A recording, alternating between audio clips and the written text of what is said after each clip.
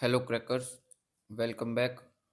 देखो, अभी तक है ना हमने ह्यूमन एक्सक्रीटरी सिस्टम के 2-3 लेक्चर ले लिए हैं, ठीक है? आज जो है किडनी हमारी कंप्लीट हो जाएगी, ठीक है? इसका लेक्चर 3rd का पार्ट 3 चल रहा है क्योंकि किडनी थोड़ा इम्पोर्टेंट टॉपिक था, इसलिए इसको हमने 2-3 पार्ट में किया है। एक ही वीडियो में मतलब इसको कवर नहीं किया क्योंकि ये इम्पोर्टेंट टॉपिक है, ये एग्ज़ाम में आता ही आता है, ठीक है? तो आज हम इसके डायग्राम देखेंगे किडनी का, नेफ्रॉन का और इसके फंक्शन देखेंगे, कैसे फ़िल्ट्रेशन होती है, कैसे एब्ज़ॉर्प्शन होती है। देखो लास्ट लेक्चर में जो है मैंने बताया था कि जो हमारी किडनी है ना, उसका फंक्शनल और स्ट्रक्चरल यूनिट जो है ना, उसको बोलते हैं नेफ्रॉन्स। और हमारी किडनी में डेढ़ से लगभग अप्रोक्सीमेटली 1.5 मिलियन होते हैं नेफ्रॉन्स एक किडनी में। तो 2 में कितने हो जाएँगे? 2 से 3 मिलियन के आस-पास हो जाएँगे। तो एग्ज़ाम में क्वेश्चन पेपर में डायरेक्ट क्वेश्चन आया हुआ है कि एक किडनी में कितने नेफ्रॉन्स हो सकते हैं? ठीक है? तो अप्रोक्सीमेटली या तो बोल दो 10 लाख या बोल दो अप्रोक्सीमेटली 1 मिलियन या 1 से 1.5 मिलियन। ठीक है? ये सब सही आंसर होंगे आपके। ठीक है? तो हम नेफ्रॉन को आज देखेंगे क्योंकि नेफ्रॉन ही है जो फ़िल्ट्रेशन का काम करता है। ठीक है? उससे पहले मैंने एक क्वेश्चन बताया था आपको क्या कि जो हमारा रेनल पिरामिड है वो कहाँ एक्ज़िस्ट करता है? वो करता है मेडुला में। जिसने लास्ट लेक्चर लिया है उसको तो ये कन्फ्यूज़न रही होगी कि ये कहाँ होता है। ठीक है? तो उसके उसके लिए स्पेशली ये डायग्राम बनाया है आज मैंने, ठीक है? तो इस डायग्राम के अंदर क्या है जैसे ये किडनी है हमारी। क्या है ये? किडनी। साफ दिख रही होगी किडनी है। एक किडनी उठा ली मैंने, 2 होती है ना, 1 उठा ली। अब एक किडनी उठा ली, ये जो होती है ना किडनी, किडनी के चारों तरफ एक लेयर होती है, ठीक है? जिसको क्या बोलते हैं? रेनल पेरिटोनियम, यही बोलते हैं ना? और रेनल पेरिकार्डियम किसको बोलते हैं? वो बोलते हैं हार्ट के पास जो लेयर होती है ना, ये जैसे ये हमारा मान लो हार्ट हो गया, तो इसके चारों तरफ एक लेयर है, उसको बोलेंगे पेरिकार्डियम, ठीक है? सिमिलर वे में जो हमारी किडनी के चारों तरफ लेयर होती है, उसको बोलते हैं पेरिटोनियम। तो इन दोनों में कन्फ्यूज़न नहीं होनी चाहिए आपको, ठीक है? फिर देखो ये किडनी है, ठीक है? किडनी ये जो है ये हमारी होगी यूरेटर यूरेटर। क्या होती है यूरेटर? देखो एक डायग्राम करवाया था मैंने जिसके अंदर 2 किडनी ली थी, ठीक है? यहाँ से यूरेटर था, फिर ये कनेक्ट हो गया था हमारा यूरिनरी ब्लैडर में और ये था हमारा एनस। यही है हमारा यूरेटर, ठीक है? ये किडनी है, ये यूरेटर है, ये यूरिनरी ब्लैडर है और ये यूरेथ्रा है, ठीक है? समझ गए? इसको सीक्वेंस में याद करने के लिए भी मैंने बोला था क्योंकि ये सीक्वेंशियल क्वेश्चन आया हुआ था एक बार, ठीक है? तो हम ये जो किडनी है ना, इसी को थोड़ा बड़ा करके देख रहे हैं कि इसके अंदर होता क्या-क्या है, ठीक है? तो इसके अंदर एक एक होती है वेना कावा जो यहाँ से कनेक्टेड रहती है। ध्यान से देखना सिर्फ़ इस डायग्राम पे फ़ोकस करो। यहाँ से एक निकलती है हमारी रेनल वेन जो कहाँ से कनेक्टेड रहती है ऐसे वेना कावा से। सिमिलरली यहाँ पर एक होती है हमारी रेनल आर्टरी और वो किससे कनेक्टेड रहती है हमारी एरोटा से, है ना? ये 2 ही हैं और बीच में ये जो ये हमारी यूरेटर, ठीक है? तो ये थोड़ा-सा घोचम-पोचम हो गया पर हम क्लियरली देखेंगे इसको। पर फिलहाल ये किडनी जो है ना, किडनी को रिप्रेज़ेंट ऐसे किया है, ठीक है? इसके अंदर जो ये होता है ना, एक खाली वाला एरिया, जैसे ये तो होगी पिरामिड शेप होगी, कितनी होगी 4-5 मतलब ये काउंटिंग में नहीं होती, पर ऐसे देख लो अप्रोक्सिमेटली 8-10 होगी ये पिरामिड शेप्स की, ठीक है? तो ये जो है ना पिरामिड, ये मेडुला के अंदर मिलता है हमारा पिरामिड शेप। ठीक है, ये मेडुला हो गया, इसके अंदर पिरामिड शेप हो गया। फिर जो ये एम्प्टी स्पेस रह गया, इसको बोलते हैं हम रेनल कोलम। ये कोलम है, एम्प्टी कोलम है, ये सारा खाली खाली एरिया ये हमारा रेनल कोलम। ठीक है, फिर ये हमारी रेनल आर्टरी, ये हमारी रेनल वेन। ठीक है, कोई इसमें दिक्कत नहीं होनी चाहिए। फिर ये जो हमारी आउटर लेयर है, इनर लेयर है, इसके बीच में जो पोर्शन होता है उसको बोलते हैं हम रेनल कैप्सूल और ये अंदर वाला पोर्शन हो गया हमारा कोर्टेक्स।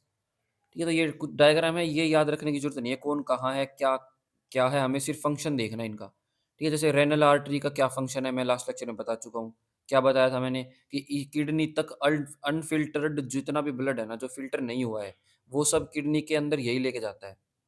ठीक है, फिर फ़िल्टर होता है अंदर, अंदर फ़िल्टर कहाँ होता है, ये जो ये है ना हमारा, इसके अंदर नेफ्रॉन्स होते हैं। वे नेफ्रॉन्स ही रिस्पॉन्सिबल हैं फ़िल्ट्रेशन में, फिर फ़िल्टर होने के बाद वो ब्लड बाहर आता है, किसके थ्रू? रेनल वेन के थ्रू। ठीक है? सो आई गेस इसमें कोई दिक्कत नहीं होगी आपको। एक बार इसको क्लियरली आप अपने हाथ से बना लेना डायग्राम एक बार। फिर भी मैं इसको एक बार और दिखा देता हूँ आपको डायग्राम को। देखो थोड़ा क्लियर डायग्राम देखो। कर्सर पे ध्यान रखना ना, ठीक है? ये जो होगी रेड वाली ये होगी हमारी रेनल आर्टरी, जो अनफ़िल्टर्ड ब्लड लेके आती है। फिर यहाँ पर अंदर फ़िल्टर होगा और वो रेनल वेल के थ्रू वापस ब्लड में मिक्स हो जाएगा। ठीक है? तो ये दोनों का समझ में आ गया आपको? ये वाला जो पोर्शन होता है ना, इसको बोलते हैं क्लैक्स। ये नाम ये याद रखने की ज़्यादा ज़रूरत नहीं है, बस ये देख लो कौन कहाँ है। ये इम्पोर्टेंट था पिरामिड वाला। कहाँ होता है? मेडुला वाले एरिया में पिरामिड होता है। ये जो पिरामिड शेप है ना, इन्हीं को बोल रहे हैं। इनके बीच में जो ये जितनी खाली एरिया है ना, ये वाला एरिया, इसको बोल रहे हैं रेनल कोलम, क्योंकि ये कोलम शेप बना रही है हर जगह पे। ठीक है? ये हमारा जितना एरिया था, ये यहाँ से कनेक्टेड रहता है यूरेटर से। ये वाला पोर्शन जो है अंदर की साइड, ये हो गया कोर्टेक्स, और ये जो अंदर की साइड वाली लेयर है, जिसके ऊपर बाहर एक और लेयर है, उसके बीच में है ना ये बीच वाली लेयर, ये वाली लेयर देखो, ये वाली लेयर, हाँ, ये है हमारा रेनल कैप्सूल। ठीक है? तो आई गेस इसमें कोई डाउट नहीं होनी चाहिए। एक बार ये डायग्राम अपने दिमाग में बिठा लो, फिर सब कुछ ईज़ी है। ठीक है? अब हम नेफ्रॉन देखेंगे कि नेफ्रॉन का डायग्राम क्या है। अभी वो डायग्राम हमने देखा था, अब ये वाला डायग्राम हम कल कर चुके हैं, जिसके अंदर मैंने बताया था कि रेनल वेन के अंदर फ़िल्टर्ड प्लस में इम्प्योर ब्लड रहता है। इम्प्योर ब्लड यानी कि कार्बन डाइऑक्साइड मिक्स रहता है। ठीक है? On the other hand renal artery के अंदर क्या रहता है, अनफ़िल्टर्ड जो ब्लड है ना, वो किडनी के अंदर यही लेके जाती है।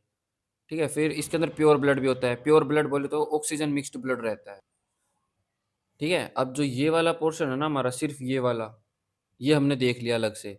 अब ये वाला जो पोर्शन है ना, क्या, जैसे यहाँ तो होगी किडनी, यहाँ होगी हमारी रेनल आर्टरी, ये होगी हमारी अरोटा, ये होगी हमारी वेना कावा, और ये जो अरोटा और वेना कावा, ये दोनों-दोनों से जुड़े हुए होते हैं, है ना? ऐसे होते हैं। ये इससे भी जुड़ा हुआ होगा और ये दूसरी किडनी से भी जुड़ा होगा, दोनों। ठीक है? अब हम सिर्फ़ नेफ्रॉन देखेंगे। नेफ्रॉन किडनी के अंदर होते हैं, यानी कि इस पोर्शन में रहते हैं नेफ्रॉन। ठीक है? पूरी किडनी नेफ्रॉन से ही बनी हुई होती है। जैसे किसी भी ऑर्गेनिज़्म सेल से बने हुए होते हैं ना, सिमिलरली नेफ्रॉन से ही पूरी किडनी बनी हुई होती है। तो ये जो डायग्राम है ना, ये डायग्राम, ये तो होगी हमारी रेनल आर्टरी, कौन-सी वाली? ये वाली रेनल आर्टरी, जो इसको किडनी को जोड़ रही है, ठीक है? रेनल आर्टरी और ये रेनल वेन। तो उन दोनों को टेढ़ा कर दिया, यानी इसको ऐसे ऐसे इमेजिन करना अब, ठीक है? ये ऐसे है ही, इसको ऐसे ही इमेजिन इमेजिन करना। ये होगी हमारी रेनल आर्टरी, ये होगी हमारी रेनल वेन। ये दोनों हैं जो किडनी से कनेक्ट रहती हैं। किसको कनेक्ट करती हैं? रेनल आर्टरी जो है ये कनेक्ट किसको करती है? एक साइड तो किडनी को कनेक्ट करेगी और एक साइड ये अरोटा को कनेक्ट करेगी, है ना? ये होगी रेनल आर्टरी, ये होगी रेनल वेन। मुझे लग रहा है ज़्यादा डीप समझाने की ज़रूरत नहीं है, क्योंकि तुम समझ रहे हो ऑलरेडी, ठीक है? तो ये जो हमारी होगी रेनल वेन, ये होगी हमारी रेनल आर्टरी। ये जो गोल-गोल दिख रहा है ना तुम्हें, इसको बोलते हैं हम ग्लोरमुलस। क्या बोलते हैं? ग्लोरमुलस। यही फ़िल्ट्रेशन का काम करता है। ठीक है? फिर ये जो रेनल आर्टरी है ना, आर्टरी, आर्टरी से जो इस ग्लोरमुलस के अंदर एक पाइप जाती है हमारी, उसको बोलते हैं एफरेंट आर्टियोली। क्या बोलते हैं? एफरेंट आर्टियोली। ठीक है? फिर ये यहाँ से घूम के बाहर निकलती है। जब ये बाहर निकलती है तो इसी का नाम चेंज होके हो जाता है एफरेंट आर्टियोली। सिर्फ़ ई और ए का अंतर है, बाकी नेम सेम है। एक में एफरेंट, एक में एफरेंट, इतना ही डिफ़रेंस है। फिर जो हमारा ग्लोमेरुलस है ना, इसके जो बाहर वाला पोर्शन होता है, इसको बोलते हैं बोमन कैप्सूल, और ग्लोमेरुलस हो गया ये हमारा अंदर वाला गोल-गोल पार्ट। ठीक है? ये गोल-गोल पार्ट हो गया हमारा ग्लोमेरुलस, और बोमेन कैप्सूल हो गया हमारा बाहर वाला पार्ट। ठीक है? अब इतने डायग्राम में कोई समझने में दिक्कत है तो बताइए, वरना हम आगे बढ़ते हैं। ठीक है? फिर जो हमारा ये एफरेंट आर्टियोली है ना, ये यहाँ से घूम फिर के यहाँ चल जाती है। ठीक है? इसमें कन्फ्यूज़ होने की ज़रूरत नहीं है, डायग्राम हम ईज़ी वाला भी देखेंगे। ठीक है? तो और दूसरी साइड जो हमारा ये रेनल वेन था ना, यहाँ से निकलती है एक र र वेसा रेक्टा। क्या बोलते हैं इसको? वेसा रेक्टा। ये हमारी फिर से यहाँ घुमावदार कुछ नलियाँ बनती हैं, जिसको हम बोलते हैं लूप ऑफ हैनल। हैनल्स लूप बोलते हैं इस वाले पोर्शन को। ठीक है? फिर यहाँ से आगे बढ़ते हैं और ये भी इसी में कनेक्ट हो जाता है। किसमें? डीटीसी में। इस वाले एरिया को बोलते हैं हम डीटीसी, और इस वाले एरिया को जो ग्लोमेरुलस से दूसरी वाली जो निकलती है, इसको बोलते हैं हम पीसीटी। ठीक है? ये हम देखेंगे पीसीटी क्या है, डीसीटी क्या है। डीसीटी तो होता है हमारा डिस्टल कॉन्वोल्यूटेड ट्यूबल्स, और पीसीटी होता है हमारा प्रॉक्सिमल कॉन्वोल्यूटेड ट्यूबल्स। क्या काम रहता है इनका, ये भी हम डिटेल में देखेंगे। ठीक है? तो आगे-आगे भागने की ज़रूरत नहीं है, अभी सिर्फ डायग्राम पे फ़ोकस करो। फिर ये मिलती है हमारी इस ट्यूब में, इसको बोलते हैं हम कलेक्टिंग ट्यूबल्स, यहीं पर कलेक्ट रहता है, जो भी यूरिन वगैरह कलेक्ट होगी। ठीक है? फिर ये कनेक्ट रहता है हमारा रेनल पेल्विस से, जिसके अंदर टेम्परेरीली स्टोर रहती है यूरिन। किसमें होती है स्टोर? पेल्विस में। तो इसमें अगर किसी को कोई डाउट है, तो वो अब सोल्व हो जाएगी, क्योंकि मैं अब जो मेजर डायग्राम है ना वो दिखाऊंगा, ओरिजिनल डायग्राम। ये तो हैंडमेड था, अब ओरिजिनल भी बिल्कुल सेम है। तो फोकस करो, ये है हमारा ओरिजिनल डायग्राम। ठीक है, अभी कर्सर दिख जाएगा क्या? हाँ, कर्सर दिख रहा है, तो कर्सर पे ही फोकस करना। ठीक है, ये तो ब्लू वाली क्या है हमारी? Renal vein. रेड वाली कौन सी हमारी? आर्टरी। आर्टरी और वेन्स, इन्हीं में तो ब्लड फ्लो करता है, यही तो किडनी के पास लेके जाती हैं और किडनी से अवे लेके आती हैं। तो ये वही है, तो ज़्यादा दिमाग मत लगाओ, बस देख लो क्या हाँ पर क्या है। ठीक है, ज़्यादा दिमाग लगाओगे तो भूल जाओगे। हमें भूलना नहीं है, हमें सिर्फ वो चीज़ें याद रखनी है जो हमारे काम की हैं। ठीक है, तो यहाँ से एक जो ये है, आर्टरी से एक ट्यूब अंदर गई है, इस ट्यूब का क्या नाम है? एफरेंट आर्टियोली। ठीक है, फिर ये जाती है ग्लोमरुलस में। ग्लोमरुलस किसको बोल रहे हैं? ये ट्यूब ही है ना, ये गोल गोल गोल गोल गोल मोल होके एक गोल गोल से प्रोडक्ट बना देती है, जिस इसी गोल वाले को ही बोलते हैं हम ग्लोमरुलस। ठीक है, फिर ये यहाँ से सी शेप का दिख रहा है तुम्हें ये, इसको बोलते हैं बोमन कैप्सूल। ठीक है, तो बोमन कैप्सूल बाहर है, ग्लोमुलस ग्लोमुलस अंदर है। फिर ग्लोमुलस से एक निकलती है पाइप, जिसको बोलते हैं एफरेंट आर्टियोली। इतना ही डिफरेंस है इसमें, इसमें ई है, इसमें एफ है, नेम में बस इतना ही डिफरेंस है। ठीक है, फिर ये जो ग्लोमुलस था हमारा, जो ये शी शेप का था ग्लोमुलस, इसके पीछे से एक ट्यूब निकलती है, इसी को बोलते हैं पीसीटी। यही ट्यूब हमारी पीसीटी। ठीक है, पीसीटी क्या काम करती है? ये पीसीटी प्रोक्सिमल कन्वोल्यूटेड ट्यूबल्स। ठीक है, एब्जॉर्प्शन का काम करती है ये। क्या करती है, कैसे करती है, वो हम अभी देखेंगे 2 मिनट में, अभी डायग्राम समझ लो। फिर ये बोमन कैप्सूल हो गया, फिर ये पीसीटी हो गया, फिर ये ऐसे ही घूम फिर के सारा नीचे तक जाएगा। फिर ये लूप ऑफ हैनल हो गया हमारा, लूप ऑफ हैनल। ये हो गई हमारी वेन, वेन के अंदर से ये जाते ही सारे, यहाँ पर मिक्सचर है सब चीज़ों का। फिर ये जो आती है ना हमारी घूम फिर के, जो ये पीसीटी थी, ये यहाँ से यहाँ आई, फिर यहाँ से घूम फिर के ये यहाँ आ गई। जब ये यहाँ आई तो इस वाले पोर्शन है ना, जो कर्सर को देखो, इस वाले पोर्शन को बोलते हैं डीसीटी। क्या बोलते हैं? Distal convoluted tubules. ठीक है, ये होगी डीसीटी। डीसीटी के अंदर यूरिन फॉर्मेशन होती है, इसी के अंदर एक हार्मोन होता है, क्या नाम है उसका? उसको बोलते हैं हम एडीएच, एंटी डायूरेटिक हार्मोन। क्या बोलते हैं? Anti diuretic hormone. वही होता है हमारी यूरिन को कंट्रोल करने वाला। किस में ज़्यादा यूरिन बन रही है, किस में किस टाइम कम यूरिन बन रही है, वो सब डिसाइड कौन करता है? डीसीटी करता है। डीसीटी का हार्मोन करता है, जिसका नाम है एडीएच, एंटी डायूरेटिक हार्मोन। ठीक है, फिर वो सारा यूरिन यहाँ कलेक्ट रहता है, और फिर नीचे नीचे होती है हमारी वो रेनल पेल्विस। मैंने लास्ट डायग्राम में दिखाया था ना, वही जहाँ पर टेम्परेरीली स्टोर्ड रहता है। तो आई गेस इतने में कोई दिक्कत आपको नहीं होगी। अब हम इसको अच्छे से देखेंगे कि प्रोसेस कहाँ से कहाँ रहता है। बिल्कुल ईज़ी सा प्रोसेस है, तो ज़्यादा टेंशन लेने वाली बात नहीं है। तो टेंशन मत लो, टेंशन में कोई भी काम नहीं होता। ठीक है, तो हम देख रहे हैं filtration, blood filtration, blood filtration इन किडनी।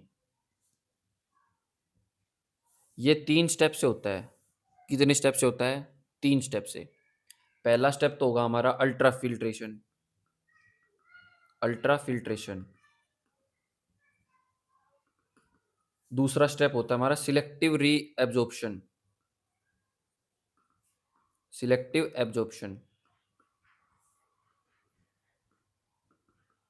ठीक है, तीसरा होता है हमारा कलेक्टिंग यूरिन, कलेक्टिंग यूरिन। देखो, 3 स्टेप में हमारा ब्लड फ़िल्टर होता है। ब्लड फ़िल्टर का मतलब उसके अंदर से यूरिन सेपरेट होती है, वेस्ट प्रोडक्ट अलग-अलग किया जाता है। कौन करता है? किडनी करती है। कितने स्टेप्स में करती है? 3 स्टेप्स में करती है। पहला तो होता है हमारा अल्ट्रा फ़िल्ट्रेशन, दूसरा होता है हमारा सिलेक्टिव एब्ज़ॉर्प्शन, तीसरा होता है हमारा कलेक्टिंग यूरिन। ठीक है? अल्ट्रा फ़िल्ट्रेशन से ही समझ में आ रहा है कि मतलब ब्लड से सब कुछ ही फ़िल्टर कर देगा। एवरीथिंग फ़िल्टर हो जाएगी, सब कुछ। खाना वग़ैरह जितना भी खाया तुमने, सब कुछ फ़िल्टर हो जाएगा, कुछ चीज़ों के अलावा। ठीक है? क्या-क्या चीज़ें रहेंगी? अल्ट्रा फ़िल्ट्रेशन में सब कुछ फ़िल्टर हो जाएगा एक्सेप्ट प्लाज़्मा। प्लाज़्मा को फ़िल्टर किडनी नहीं करेगी। आरबीसी, आरबीसी को ब्लड फ़िल्टर नहीं करेगी। डब्ल्यूबीसी, इसको भी ब्लड फ़िल्टर नहीं कर पाएगा, ब्लड से फ़िल्टर नहीं करेगी किडनी। और फिर होगी प्लेटलेट। ठीक है? ये 4 चीज़ें ऐसी हैं जो अल्ट्रा फ़िल्ट्रेशन के बाद भी ब्लड के अंदर रहेंगे ही रहेंगे, क्योंकि यही तो आरबीसी तो है, इनडायरेक्टली ब्लड बोलते ही आरबीसी को है, इनडायरेक्टली, है ना?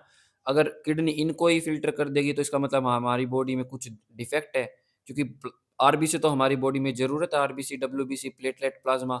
अगर किडनी इन्हीं यूज़फुल थिंग्स को ही फ़िल्टर कर रही है, यानी कि कुछ गड़बड़ है किडनी में, तो उस कंडीशन में हमें डॉक्टर के पास जाना चाहिए।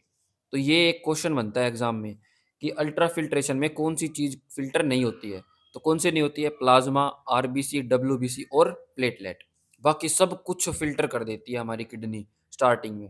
ठीक है? फिर आती है हमारी सिलेक्टिवली रीएब्ज़ॉर्प्शन। अब जितना भी सारा फ़िल्टर आउट कर दिया, यानी कि सब कुछ ही फ़िल्टर कर दिया। अब कुछ चीज़ें तो बॉडी को ज़रूरत थी, जैसे पानी की ज़रूरत थी, NaCl की ज़रूरत थी, Na पॉज़िटिव की ज़रूरत थी, Cl नेगेटिव इन आयन्स की भी ज़रूरत थी, कैल्शियम आयन की ज़रूरत थी। अब ये सारी चीज़ें रीअब्ज़ॉर्प्शन में एब्ज़ॉर्ब होती हैं हमारी बॉडी के द्वारा, किडनी ही एब्ज़ॉर्ब करती है इनको, ठीक है? फिर आता है हमारा कलेक्टिंग यूरिन, जो कि टेम्परेरीली पेल्विस के अंदर यूरिन कलेक्ट होता है, ठीक है? और जो रिमेनिंग टॉक्सिन्स वगैरह हैं, वो सारे यूरिन के अंदर ही आते हैं, उनको एब्ज़ॉर्ब कोई नहीं करता है, ठीक है? जो हमारी बॉडी को ज़रूरत थी, उसको एब्ज़ॉर्ब कर लिया जाता है, जो हमारी बॉडी को ज़रूरत नहीं थी, उसको यूरिन के थ्रू कलेक्ट कर लिया जाता है, कहाँ? पेल्विस के अंदर, ठीक है? ये कुछ 4-5 क्वेश्चन्स इसके अंदर आ चुके हैं। अब देखो, अल्ट्रा फ़िल्ट्रेशन में सब कुछ फ़िल्टर हो जाता है, except plasma, RBC, WBC and platelets, ठीक है? अब कहाँ पर क्या एब्ज़ॉर्ब होता है, वो डायग्राम के थ्रू हमने देखा था। अब दोबारा देखेंगे उसको, जो डायग्राम देखा था ना, उसको दोबारा देखेंगे। देखो, ये तो होगी हमारी, ध्यान से देखते जाना, अब लास्ट टाइम बना रहा हूँ मैं ये। ये होगी हमारी, क्या होगी?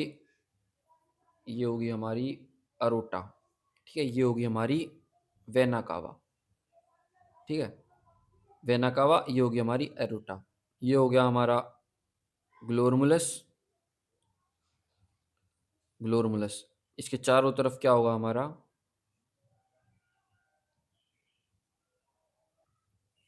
Bowman capsule. ये हो गया ग्लोरमुलस और ये हो गया हमारा बोमन कैप्सूल।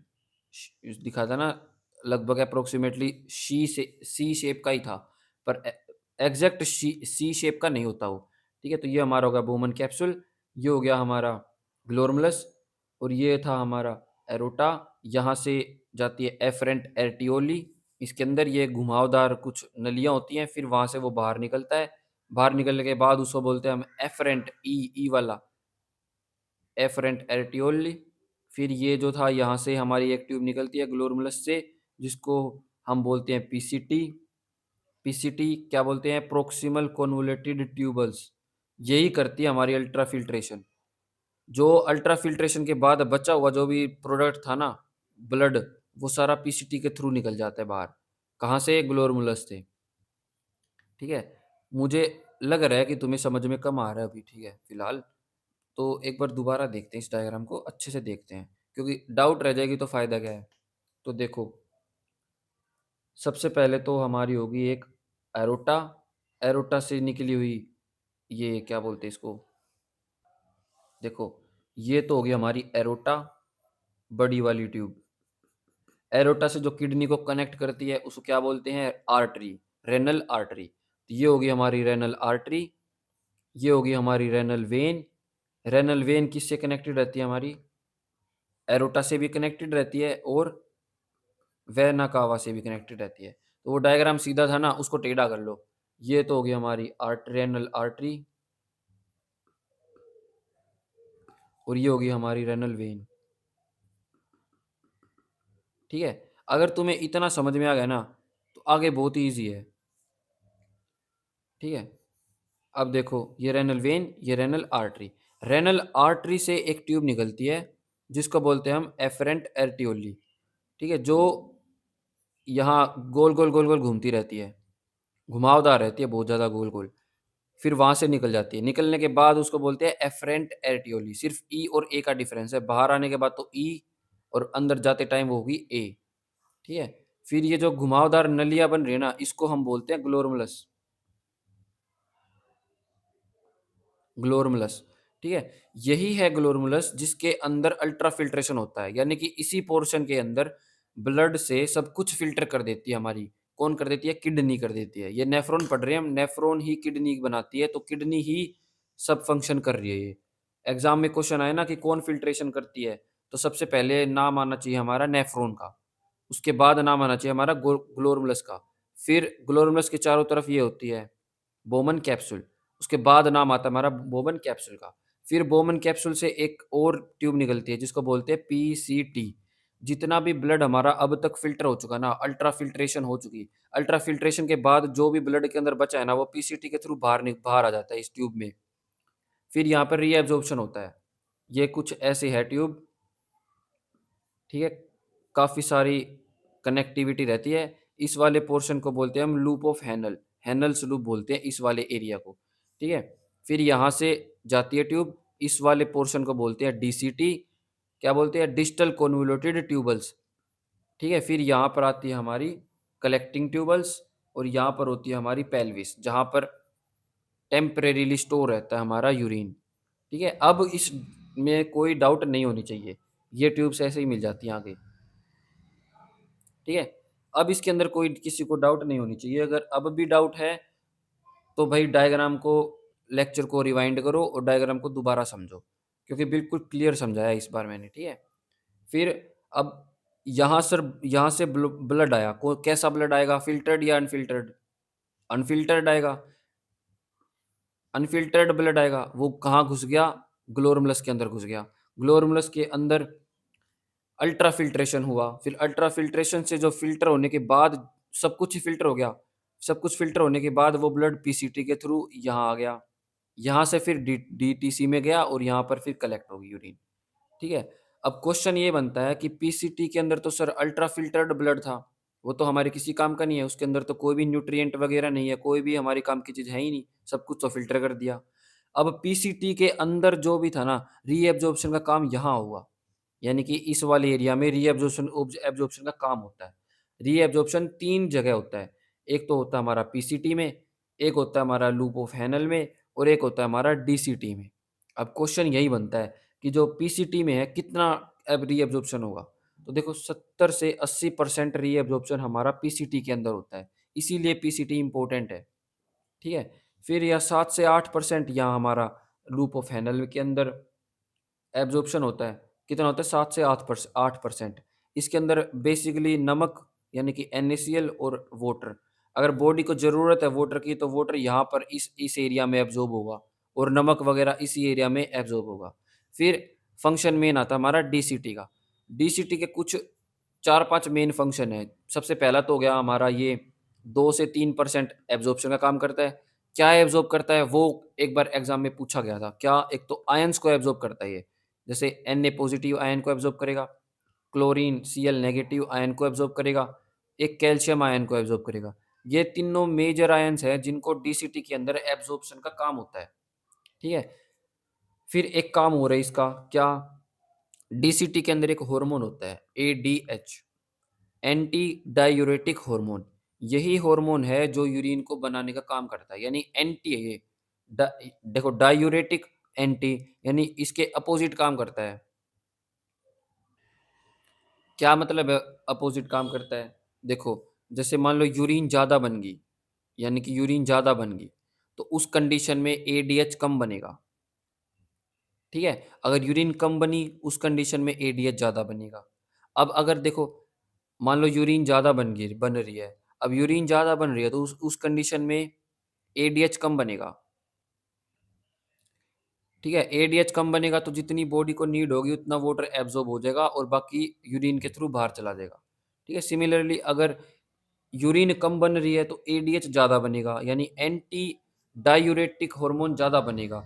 उस कंडीशन में अगर यूरिन ऑलरेडी कम है तो बॉडी क्या करेगी, एब्ज़ॉर्ब जितना वाटर करना होगा उतना कर लेगी और बाकी बाहर फेंक देगी। डिहाइड्रेशन नहीं होने देगी। क्यों नहीं होने देगी? क्योंकि हमारे पास एंटी डाययूरेटिक हार्मोन प्रेज़ेंट है। ठीक है? तो यही फ़ंक्शन था हमारा इसका। फिर डीसीटी एक तो एब्ज़ॉर्प्शन का काम करती है, एक ये हार्मोन को रिलीज़ करती है। सो आई गेस ये समझ में आया होगा। एक बार और बता देता हूँ, जो हमारा रेनल आर्टरी है इसके थ्रू यहाँ से ब्लड जाता है ग्लोमेरुलस में। फिर ग्लोमेरुलस क्या करता है? अल्ट्रा फ़िल्ट्रेशन का काम करता है। अल्ट्रा फ़िल्ट्रेशन का क्या मतलब है? कि सब कुछ ही फ़िल्टर कर देता है 2-3 चीज़ों के अलावा, जिसके अंदर क्या-क्या है प्लेटलेट, प्लाज़्मा, आरबीसी और डब्ल्यूबीसी इनको फ़िल्टर नहीं करते हैं। बाकी जितना भी फ़िल्टर्ड ब्लड हो गया ना, सब कुछ फ़िल्ट्रेशन के बाद वो ब्लड यहाँ आता है पीसीटी के अंदर। फिर जो फ़िल्टर होने के बाद जो भी फ़िल्टर कर दिया गया है प्रोडक्ट वो यहाँ से चला जाता है बाहर एफरेंट एर्टियोली के अंदर, ठीक है? फिर पीसीटी के अंदर रीएब्ज़ॉर्प्शन का काम होता है। जो भी चीज़ें ज़रूरत की थी वो रीएब्ज़ॉर्ब हो जाएँगी और जो चीज़ें ज़रूरत की नहीं थी वो फ़िल्ट्रेशन के बाद बाहर चली जाएँगी, ठीक है? रीएब्ज़ॉर्प्शन होता है हमारा पीसीटी में। पीसीटी की फुल फॉर्म क्या है? Proximal convoluted tubules. ये ट्यूबल्स है ना, ट्यूब ही को ही बोल रहे हैं हम पीसीटी, ठीक है? यहाँ पर 70 से 80% जितना भी चीज़ हमारे बॉडी को नीड है वो एब्ज़ॉर्ब हो जाएगी।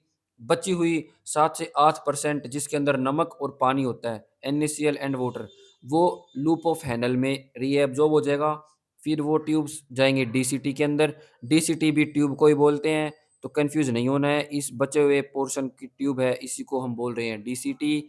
डीसीटी को बोलते हैं हम डिस्टल कन्वोल्यूटेड ट्यूबल्स, ठीक है? यहाँ पर 2 से 3% जितना आयन्स जो हैं वो 2 से 3% आयन्स जो हमारी बॉडी के लिए यूज़फुल हैं वो एब्ज़ॉर्ब होते हैं। कौन से एब्ज़ॉर्ब होते हैं? Na positive ion, Cl negative ion या फिर कैल्शियम आयन।